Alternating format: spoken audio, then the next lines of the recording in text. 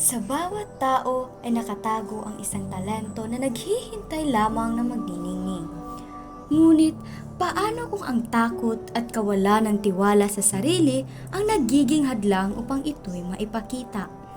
Sa ating kwento, masusubukan ang lakas ng loob ni Gina, isang tahimik at mahiyain na mag-aaral, sa harap ng isang hamon na magpapakita ng kanyang talento. Tunghayan natin kung paano niya haharapin ang pagsubok na ito.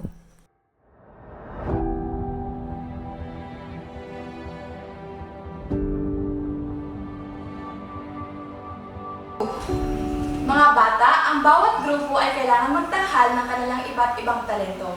Siguraduhin niyo lamang na magtutulungan kayo upang maipakita ang pinakamagandang pagtatanghal.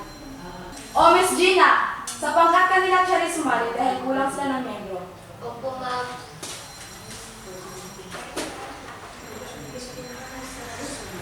Bakit sa pangkat pa ni na Charis, puro sila magagaling, samantalang ako, wala. Pagtatawanan lang nila ako gaya ng dati.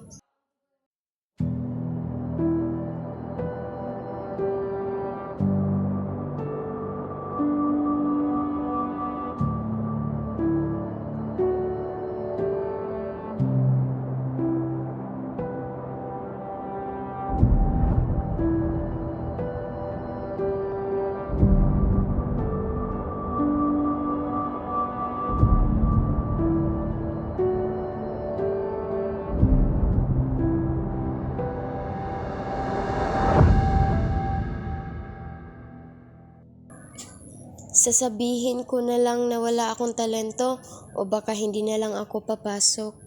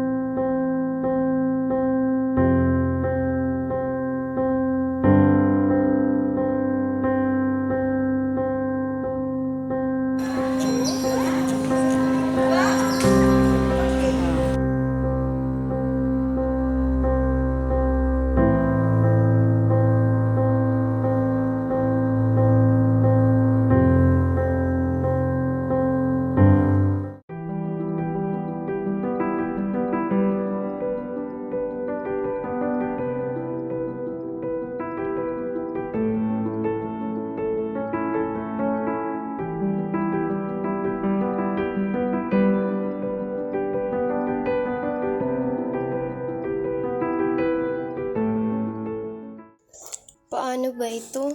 Hindi ko talaga makuha ang mga steps. Baka mapahiya lang ako sa kanila.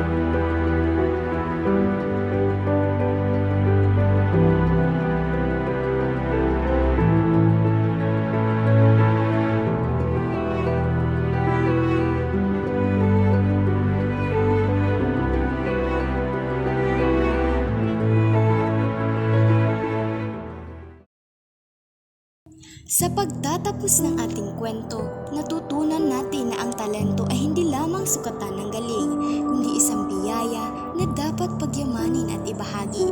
Tulad ni Gina, bawat isa sa atin ay may kakayahang magtagumpay, basta't may tapang at tiwala sa sarili. Huwag nating hayaan ang takot o pag-aalinlangan na hadlangan ang ating mga pangarap. Tandaan, ang bawat hakbang, gaano man kaliit, ay mahalaga sa pag-abot ng tagumpay. Ipagmalaki ang iyong kakayahan at huwag matakot ipakita ito sa mundo. Dahil ang tunay na tagumpay ay nagsisimula sa paniniwala sa sariling kakayahan.